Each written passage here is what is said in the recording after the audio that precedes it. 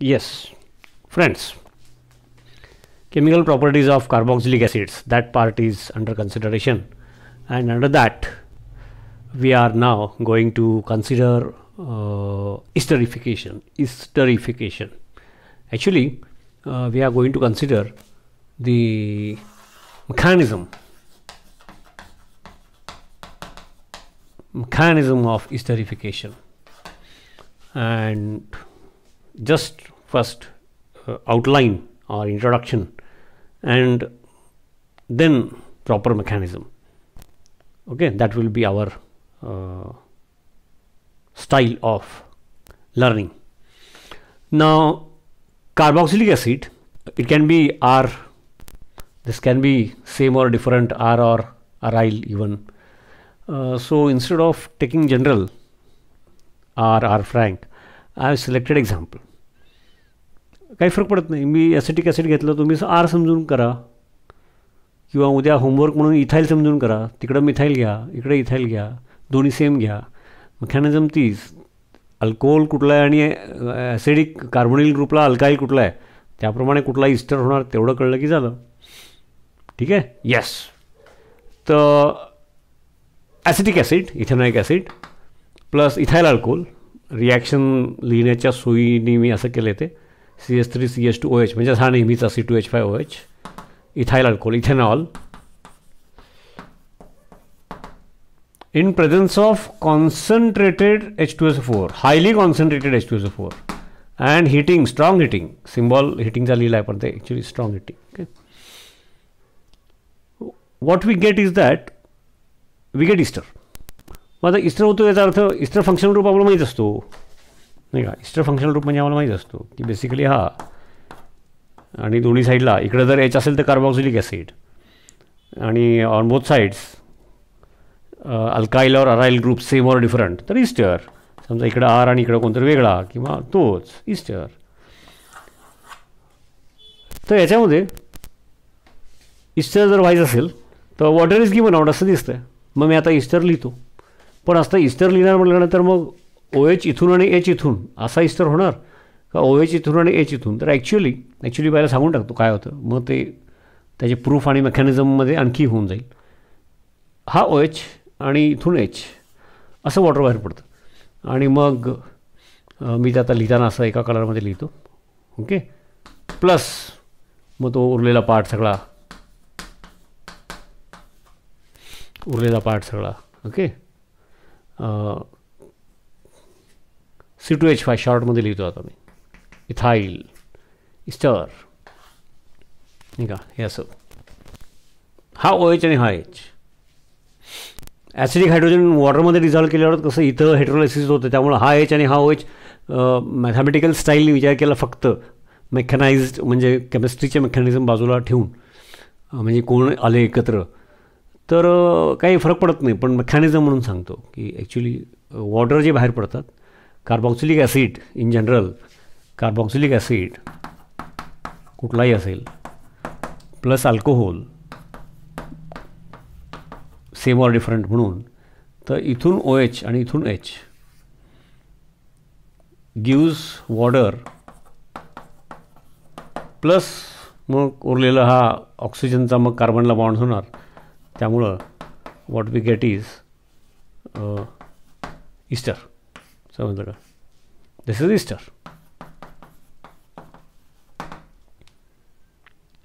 म्हणजे carboxylic acid functional ग्रुपवरून ईस्टरचं फंक्शनल ग्रुप करता येतात. आता ती जुनी गोष्ट झाली.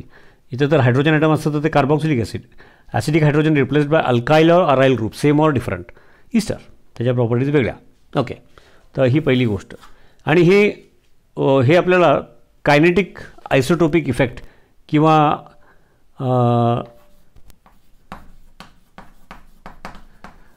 O18 लेबलिंग किंवा त्याला कायनेटिक आयसोटोपिक इफेक्ट म्हणतात. त्याच्यावरून पण म्हणजे त्या एक्सपेरिमेंटवरून पण कळतं. म्हणजे कसं की मग ते लॅबोरेटरीमध्ये स्मॉल स्केलमध्ये oxygen, majority oxygen, routine oxygen म्हणून आपण आपल्या साध्या भाषेत 16 वाला असतो. म्हणजे ऑक्सिजन 15 पासून oxygen 16, oxygen 17, oxygen 18, oxygen 18 radio active आहे.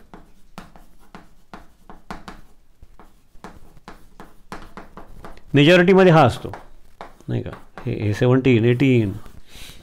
त्यामुळे आपण 16 ॲटॉमिक मास आणि 32 मोलार मास घेऊन जातो. बाकीचे आयसोटोप्सचं पर्सेंटेज एवढं कमी आहे, पर्सेंटेज अबंडन्स इन नेचर, की ते 0.00मध्ये ॲव्हरेज काढत नाही. क्लोरीनचं कन्सिडरेबल असल्यामुळं नेचरमध्ये 35 वाले क्लोरीन 3 सापडले तर 37 वाला 1 सापडतो. मध्येच विषय थोडा बदलला. त्यामुळे तिथं ते कन्सिडरेबल आहे, त्यामुळे ते ॲव्हरेज 35.5. न्यूट्रॉन्स 18 न्यूट्रॉन्सवाले 3 सापडले तर 20 न्यूट्रॉनवाला 1, प्रोटॉन 17च दोन्हीमध्ये. Okay, forget it. तर तो 16, तर 18वाला ऑक्सिजन घेऊन ॲसिड तयार केलं समजा, म्हणजे हा 18वाला ऑक्सिजन, किंवा आपण किचकटपणा टाळण्यासाठी काय करू, 18वाला ऑक्सिजनचा अल्कोहोल तयार करतो. कसंही करता येतं आपल्याला, पण ते सोयीचं असावं एक्सपेरिमेंट करण्यासाठी. 18वाला ऑक्सिजनचा अल्कोहोल केला आणि तो 18वाला ऑक्सिजन इस्टरमध्ये सापडला. नंतर आम्हाला तो रेडिओ असल्यामुळे चेक करता येतं ना प्रोडक्ट. इस्टर बाजूला काढलं, वॉटर बाजूला काढलं आणि याच्या प्रॉपर्टी चेक केला, याच्या प्रॉपर्टी चेक केला, त्या न्यूक्लिअर केमिस्ट्रीच्या हिशोबाने त्याचे इमिशन्स असतात त्याच्यावरून.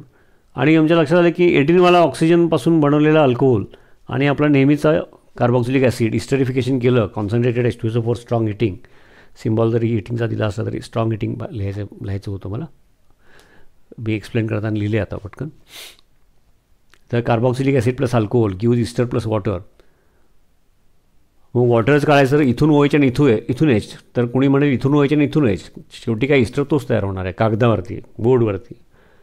पण तसं नाही आहे. 18 लेबल्ड ऑक्सिजनचा अल्कोहोल घेतला स्पेसिफिक आणि इस्टरिफिकेशनची रिॲक्शन केली, इस्टर तयार झाला, वॉटर बाहेर पडलं. तेव्हा 18 labelled oxygen it was found in ester. इथं सापडलं याचा अर्थ ब्रेकिंग असं झालेलं आहे. तो जर वॉटरमध्ये सापडला असता 18वाला ऑक्सिजन तर ब्रेकिंग असं झालं असतं. तर त्याला ते labelling effect, oxygen 18 labelling effect, labelling method किंवा कायनेटिक आयसोटोपिक इफेक्ट असं म्हणतात.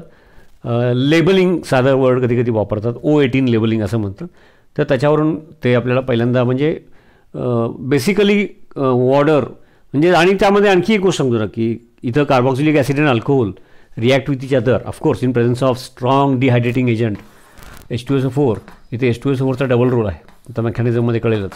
एक तर तो डिहायड्रेटिंग एजंट आहे, कॉन्सन्ट्रेटेड म्हणजे 95%च्याही पुढं, हायली कॉन्सन्ट्रेटेड. तर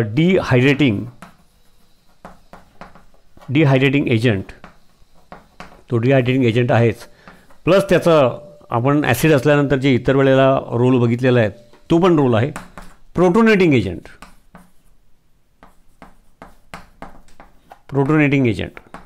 गोष्टी पहिला समजून घ्या, मग मेकॅनिझम पटकन सांगता येईल.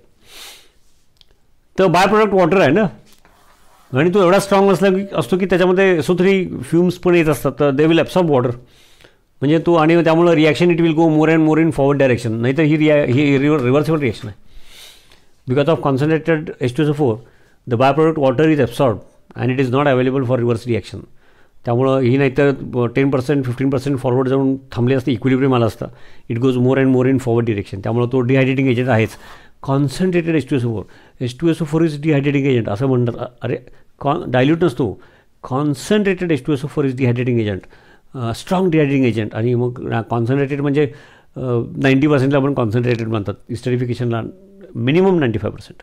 ओके, त्याच्या पुढं 95 पासून 98पर्यंत अवेलेबल असतं. ओके, तर डिहायड्रेटिंग एजंट प्लस त्यातले जे काही मिळताना लो रेटनी मिळणार, कारण कॉन्सन्ट्रेटेड आहे, पण मिळणार फ्री H+ आयन्स. प्रोटोनेटिंग एजंट म्हणजे त्याच्यामधले H+ या रिॲक्शनच्या मेकॅनिझममध्ये कुठेतरी प्रोटोनेशन होणार आहे, हा एवढा अर्थ तुम्हाला कळला. Okay, plus 2 molecules join and form 1 molecule and by product is small molecule like water. म्हणजे actually small molecule like water असं आहे, पण आपल्या 11वी-12वीचं लिमिट बघितलं तर एक पॉलिमरची एक टॉपिक शेवटी बघायचा, तो सोडला तर सगळीकडे वॉटरच आहे. म्हणून कंडेन्सेशनला सोयीसाठी सध्या म्हणून लाईक वॉटर म्हणतं, कारण small molecule like water, alcohol असं येते, असं ते 1-2 मॉलिक्युल्स आहेत. पण आपण आपल्या सोयीसाठी सध्या असं म्हटलं तरी चालेल की कंडेन्सेशन रिॲक्शन कोणाला म्हणायचं.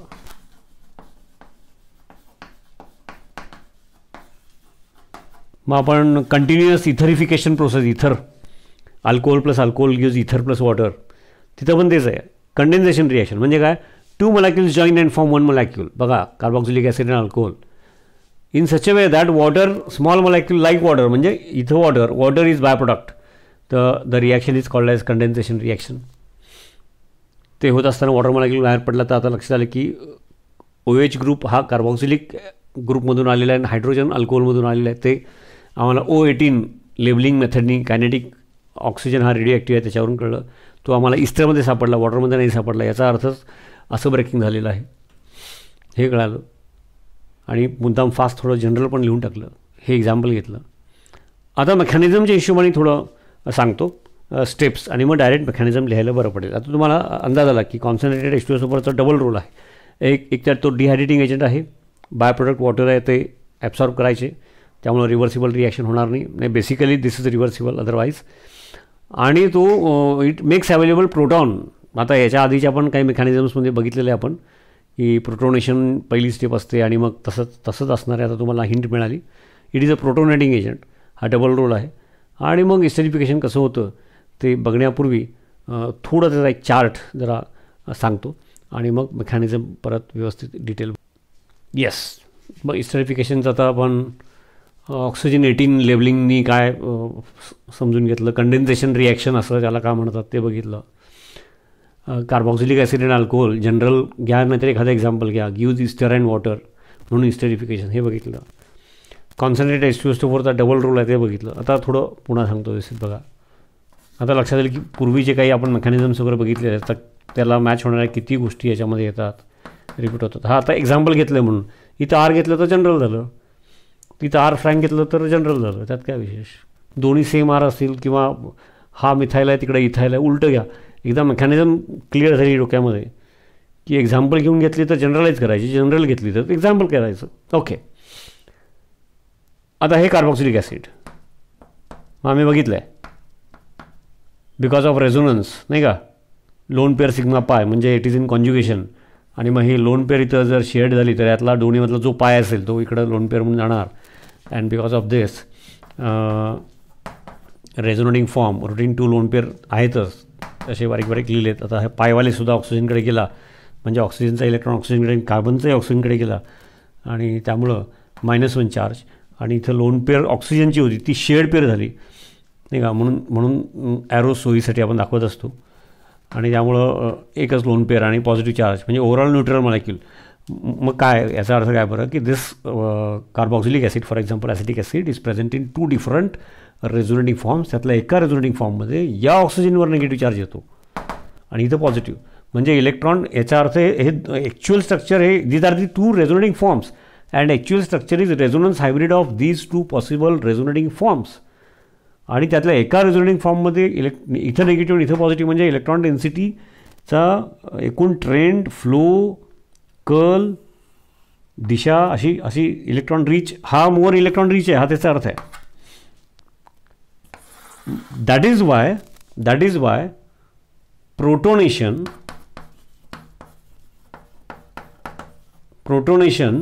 with H plus from acid of this oxygen takes place preferentially and not this carboxylic ॲसिडमध्ये. तर या ज्या मेकॅनिझम आपण बघणार आहोत त्याच्यामध्ये कार्बॉक्सिलिक ॲसिडमधला हा कार्बोनिल ऑक्सिजन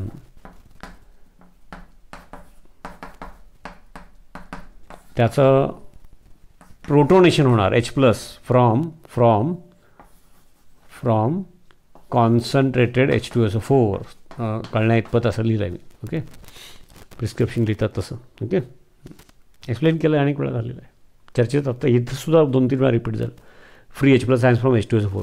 मग प्रोटोनेशन झाल्यानंतर काय होईल इथं ही आता याच्यावरून रेझोनन्स का बघितला तर प्रोटोनेशन या ऑक्सिजनमध्ये लोन पेअर भाग घेणार दोन्हीपैकी एक. हा नाही का बरं तर रेझोनेटिंग फॉर्ममध्ये कळतं आहे की दिस ऑक्सिजन म्हणजेच हा मोर इलेक्ट्रॉन रिच. मग जो मोर इलेक्ट्रॉन रिच आहे त्याचं H+ आयन पॉझिटिव्ह चार्जबरोबर इंटरॅक्शन चांगलं होणार, जास्त होणार. Okay, yes. त्यामुळे या ऑक्सिजनचं पहिल्यांदा प्रोटोनेशन होणार. बरं, याचं प्रोटोनेशन झाल्यानंतर ते त्यावेळेला त्या मोमेंटला कसं दिसेल बघा. हा ऑक्सिजन, ही लोन पेअर, आणि आता लोन पेअर आणि हा H प्लस, म्हणजे ही लोन पेअर आहे ती शेडपेड झाली. H प्लस फ्रॉम ॲसिड आणि लोन पेअर ऑफ ऑक्सिजन, त्यामुळे आता परत इथं पॉझिटिव्ह चार्ज. बाकी सगळं आहे तसं लिहायचं. हे प्रोटोनेशन झाल्यानंतर त्यावेळेचा इंटरमिडिएट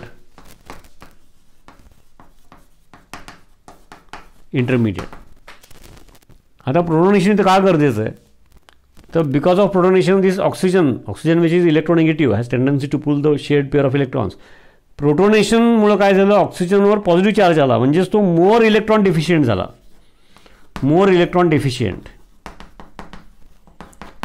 आता तो मोर इलेक्ट्रॉन डिफिशियंट झाला ऑक्सिजन, म्हणजेच काय होणार बरं, त्याचा परिणाम या कार्बनवरती होणार. It will pull more the electron density. त्यामुळं carbonyl group more polar because of protonation झाल्यामुळे हा मोर इलेक्ट्रॉन डेफिशियंट झाला ना, मोर पोलार. म्हणजेच कार्बोनिल ग्रुपमधला हा जो कार्बन आहे आता प्रोटोनेशन झाल्यामुळं मोर इलेक्ट्रॉन डेफिशियंट. आणि मग असा प्रोटोनेशन तिथंही दाखवता आलं असतं. मी पुन्हा लिहितो नाही का, इथं प्रोटोनेटेड हा कार्बॉक्सिलिक हा कॉन्सन्ट्रेटेड H2SO4 मधून आलेला H प्लस फॉर्ममध्ये. ओके, प्रोटोनेटेड पॉझिटिव्ह चार्ज तयार झाला. असा ॲसिड असेल तर नाव इथाईल अल्कोहोल, कुठलंही अल्कोहोल असेल, मिथाईल अल्कोहोल असेल, आपण एक्झाम्पल इथाईल अल्कोहोल घेतलं म्हणून इथाईल अल्कोहोल, जनरल भाषेत अल्कोहोल. नाव दिस विल, कारण का तो न्यूक्लिओफाईल आहे, but it is a weak nucleophile. एक तर याचा प्लस इफेक्ट, वॉटर पण वीक न्यूक्लिओफाईल, आता त्याच्यापेक्षा वीक न्यूक्लिओफाईल, किंवा जास्त फरक नाही असं म्हणून त्याच्यापेक्षा प्लस हा इफेक्ट आहे. वीक न्यूक्लिओफाईल आहे. Free OH minus sign NaOH KOH मधला alkoxy group, methoxy, ethoxy, cyanide group, या सगळ्यांची तुलना केली तर weak nucleophile. Lone pair is available for coordinate covalent bond formation, H plus किंवा MT ऑर्बिटलला कोण आला तर, नॉट दॅट इझिली अवेलेबल. पण प्रोटोनेशन झाल्यामुळे हा एवढा इलेक्ट्रॉन डिफिशियंट झाला कार्बन, ही याचं प्रोटोनेशन झालं. therefore this becomes carbonyl group of carboxylic acid. For example, carbonyl group of acetic acid becomes more polar, carbon becomes more electron deficient, कारण हा इलेक्ट्रॉन डेफिशियंट ऑक्सिजन कार्बनकडची इलेक्ट्रॉन डेन्सिटी आपल्याकडे ओढली, त्यामुळे हा इलेक्ट्रॉन डेफिशियंट. त्यामुळे काय होणार, attack of nucleophile attack of this nucleophile, it becomes easy. आणि मग ही लोन पेअर इथे अटॅक करेल. इथं लोन पेअर अटॅक केले की मग पायवाला इकडं, म्हणजे पहिली स्टेप प्रोटोनेशनमुळं carbonyl group becomes more polar. तो मोर पोलार झाल्यामुळं alcohol which acts as a nucleophile which is a weak nucleophile, त्याचा न्यूक्लिओफिलिक अटॅक इझी होतो. आता अशा स्टेप्स आपण आधीच्या मेकॅनिझममध्ये पण बघितलेले आहेत. आणि मग पुढे डिप्रोटोनेशन, अशी ही मेकॅनिझम आहे. आता एवढं पहिल्यांदा बॅकग्राऊंड तयार झालं की आता फक्त मेकॅनिझम एकदा एक प्रोसिजर म्हणून लिहून, म्हणजे लिहायचीच, नवीन काहीतरी वेगळं शिकतो असं नाही. लक्षात आलं का? Yes. I will remove this and then we will now wrap up in speedy manner. We will complete the mechanism. Yes, आता बघा थोडं चर्चा केली आपण, त्याचा बेस तयार केला मेकॅनिझम ऑफ इस्टरिफिकेशन. कार्बॉक्सिलिक ॲसिड, इथं कोणी मिथाईल इथाईल काही असू शकतो, अराईलसुद्धा, फिनाईल वगैरे. एक्झाम्पल घेतलेलं आहे मी, acetic acid. H plus, free H plus ions, proton, तो कुठून आम्हाला माहिती आहे, फ्रॉम कॉन्सन्ट्रेटेड H2SO4. ओके, आणि मग काय झालं तर हे प्रोटोनेशन. आता याची चर्चा झालेली आहे त्यामुळं फास्ट पटपट सांगतो, प्रिस्क्रिप्शन लिहिल्यासारखं लिहितो. आणि आम्हाला माहिती आहे की प्रोटोनेशन आम्ही रेझोनन्सवरून कळलं आम्हाला की लोन पेअर ऑफ इलेक्ट्रॉन्स इकडं पण आहेत तिकडं पण आहेत, पण त्या रेझोनेटिंग फॉर्ममध्ये कळलं की दिस इज मोर इलेक्ट्रॉन रिच, आणि त्यामुळं protonation of this oxygen carbonyl ग्रुपमधल्या विल टेक प्लेस, इथलं नाही होणार, ते आम्हाला त्याच्यामुळं कळलं. म्हणजे रेझोनन्स आपण का शिकतो तर हे अशा प्रकारच्या काही गोष्टी तिथं, अशा अनेक गोष्टी तिथं उपयोगाला येतात. मग प्रोटोनेशन झालं, free H plus ion from H2SO4 concentrated, आणि त्यामुळं मग शेड लोन पेअर ती शेड पेअर झाली, पॉझिटिव्ह चार्ज आला इथं. बाकी सगळं तसंच रिपीट करायचं. ओके, त्या 2 लोन पेअर आहेतच. ओके, हे प्रोटोनेशन झालं. Because of protonation this becomes more electron deficient. आणि मग अटॅक ऑफ न्यूक्लिओफाईल मग इथंच दाखवतो. मग अटॅक ऑफ न्यूक्लिओफाईल मग हा परत लिहून मग आता सेकंड स्टेपमध्ये अटॅक ऑफ न्यूक्लिओफाईल असं दाखवलं तरी चालेल. तुम्हाला कळलेलं रिपीट झालं. पहिली स्टेप झाली, तिथं अल्कोहोल आहेतच, इट इज अ न्यूक्लिओफाईल.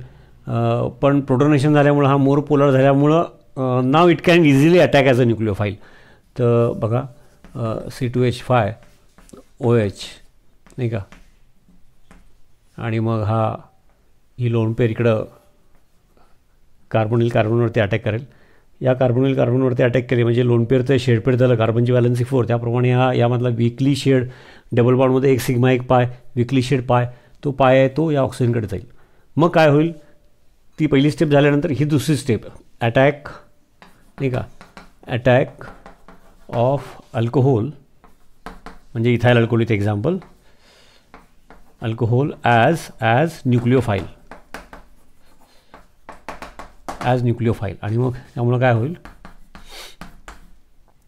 काय होईल की ही लोन पेअर इथे ज्यावेळेला शेड पेअर होईल त्या मोमेंटला बघा ते काढतो मी, ऑक्सिजन, अल्कोहोल आणि एक लोन पेअर शेड पेअर झाली त्यामुळे पॉझिटिव्ह चार्ज आहे ऑक्सिजनवरती, आणि हा C2H5 हे लक्षात आलं. आणि त्या मोमेंटला हा OH ग्रुप इथं काहीच फरक पडलेला नाही आहे, आणि त्यामुळे मग हा पायवाला इकडं ऑक्सिजनकडे लोन पेअर म्हणून गेला, आणि त्यामुळे मग इथं परत 2 लोन पेअर आले, त्यामुळं इथला पॉझिटिव्ह चार्ज याचा नलिफाय झाला. पण इथं पॉझिटिव्ह चार्ज तयार झाला आता, कारण लोन पेअर शेड पेअर झाला, इथं पॉझिटिव्ह चार्ज म्हणजे हा अटॅक ऑफ न्यूक्लिओफाईल झाला. इथंपर्यंत आलो. आता हा पॉझिटिव्ह ऑक्सिजन पॉझिटिव्ह चार्ज आहे म्हटल्यानंतर more electron deficient, electron negative more आहेच तो पुलिंग टेंडन्सी, पण पॉझिटिव्ह चार्ज डेव्हलप झाल्यामुळं म्हणजेच हा OH बॉन्ड मोर पोलार झाला. देअरफॉर जसं प्रोटोनेशन झालं ॲसिडचं तसं आता इथं डिप्रोटोनेशन होणार. मग आता ते इथंच दाखवतो, याचं डिप्रोटोनेशन होणार. बघा असं समजून घ्यायचं असतं. मग तुम्ही एक स्टेप सेपरेट करा, समजून घ्या, नंतर तुम्हाला असं जमायला लागेल. फक्त प्रोटोनेशन सेपरेट लिहायचं, ते पुन्हा लिहून घ्यायचं, अटॅक ऑफ न्यूक्लिओफाईल सेपरेट दाखवायचं. एकदा लिंक कळली ना मग तुम्ही कागदावरती ते करायचं. ओके, आणि मग प्रोटोनेशन झालं की attack of nucleophile, alcohol is a nucleophile. आणि मग ते झाल्यानंतर मग आता इथं पॉझिटिव्ह चार्ज झाला, मग दिस हायड्रोजन मग this OH bond becomes more polar नेहमीपेक्षा because of positive charge. Therefore it gets removed, deprotonation. आणि मग डिप्रोटोनेशन झाल्यानंतर काय होईल ते इथं लिहितो मी आता. ओके, हा OH बॉन्ड, बाकी सगळं आहे तसं बघून लिहायचं. म्हणजे जो चेंज झाला तेवढा समजला, तेवढा केला की बाकी सगळं आहे तसं बघून लिहायचं. म्हणजे आपलं एनर्जी फोकस कुठं करायचा त्या अर्थाने एनर्जी म्हणतो मी. ओके, +H+ बाहेर आलेला तो हायड्रोजन. आता इथून हायड्रोजन H+ फॉर्ममध्ये बाहेर आला, इथं प्रोटोनेशन होण्याचे चान्सेस वाढले. आता हे दोन्ही आयडेंटिकल आहेत. हा घेऊया, याचं प्रोटोनेशन होणार म्हणजे परत या दोघांचं परत हा बाहेर आला डिप्रोटोनेशन. त्यामुळे ही शेड पेअर इथं लोन पेअर झाली नाही का, एक लोन पेअर होती. Hydrogen goes out in the form of H+ म्हणजे इथं परत 2 लोन पेअर आल्या, आणि हा H+ आणि ही लोन पेअर. आता याचं प्रोटोनेशन होणार. त्याचं प्रोटोनेशन झाल्यानंतर काय होईल बघा बरं, बघा इथं लिहितो, स्टेप समजून घ्या, आणि मग तुम्ही ते न बघता लिहायचा प्रयत्न करा. ज्या सांगितलेल्या स्टेप्स 2 स्टेप लिहिल्या, परत पुढचं बघितलं, परत पुढच्या स्टेप्स न बघता लिहिल्या, असं तुम्ही ते करायचं. येस, आणि मग इथं आता इथाइल ग्रुप आलेला आहे. आता तो कलर सोयीप्रमाणे गरज असेल तेव्हा कलर वापरायचा. आता तो प्रोटोनेशनची स्टेप, लोन पेअर आणि हा H+ इथून आलेला, इथं प्रोटोनेशन होणार. इथं प्रोटोनेशन झालं की, आणि आपण शेवटी carboxylic acid plus alcohol gives ester plus water म्हणल्यानंतर वॉटर मॉलिक्यूल कुठल्या तरी स्टेजला डायरेक्ट वॉटर मॉलिक्यूल किंवा OH- आणि H+ असं बाहेर आलेलं दिसलं पाहिजे ना. ओके, आता इथं काय झालेलं आहे बरं, पहिल्या स्टेपमध्ये प्रोटोनेशन झालं आहे, तसं कुठल्या तरी एका स्टेपला डिप्रोटोनेशन झालेलं आहे. आणि आता इथं बघितल्यानंतर लक्षात आलं की आता इथं प्रोटोनेशन झाल्यानंतर आपण जे आपल्याला पाहिजे तिकडं चाललो आहे असं दिसतंय. आणि इस्टरचा फंक्शनल ग्रुप वगैरे आम्हाला माहिती आहे. Now this oxygen becomes more positive since it is positive charge here. Protonation झाल्यामुळं इथून डिप्रोटोनेशन झालं, इथं प्रोटोनेशन झालं, इथं प्रोटोनेशन झाल्यामुळं असं झालं. Now positive charge is on this oxygen, त्यामुळे हा carbon oxygen bond becomes more polar. त्याचं हायड्रोलिसिस होणार. त्याचं हायड्रोलिसिस झालं की लोन पेअर तर इथं पण आहे, आणि लोन पेअर तर इथं पण आहे लक्षात.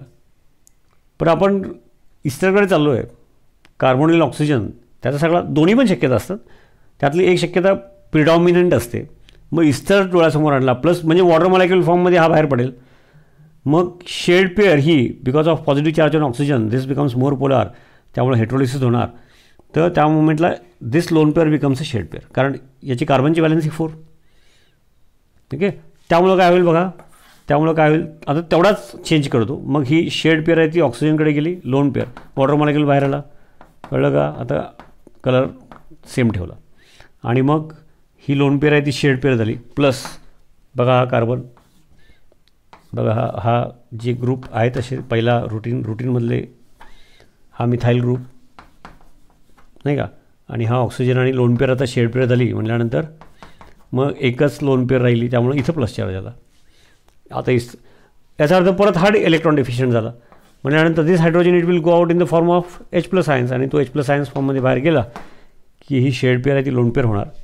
आणि काय मिळालं बघा, काय मिळालं बघा,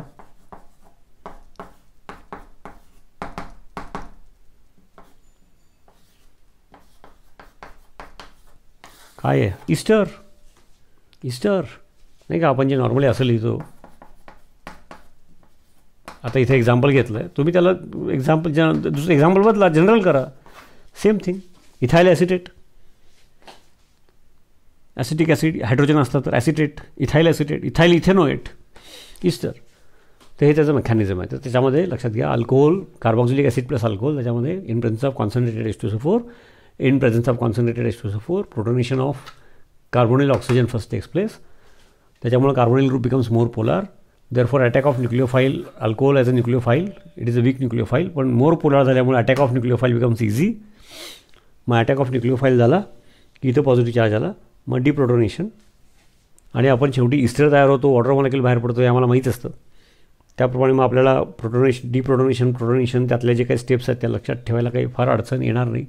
आपल्याला लगेच कळतं की मग इथं प्रोटोनेशन होणार, आणि तिथं प्रोटोनेशन झालं की दिस ऑक्सिजन बिकम्स मोर पोलार, त्यामुळं हा वॉटर मॉलिक्युल फॉर्ममध्ये बाहेर पडणार, हे हेट्रोलायसिस झाल्यामुळं.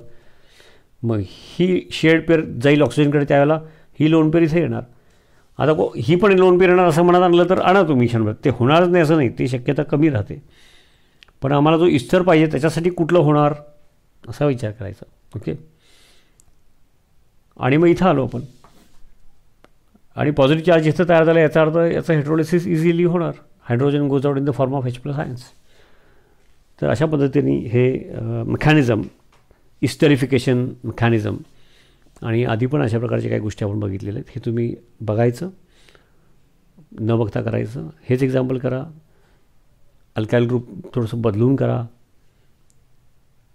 आणि याच्यात आणखी पण काही बारकावे सांगण्यासारखे आहेत, काही MCQच्या निमित्ताने घेण्यासारखे बारकावे आहेत. हे झालं असेल तर ते सोपं जातं.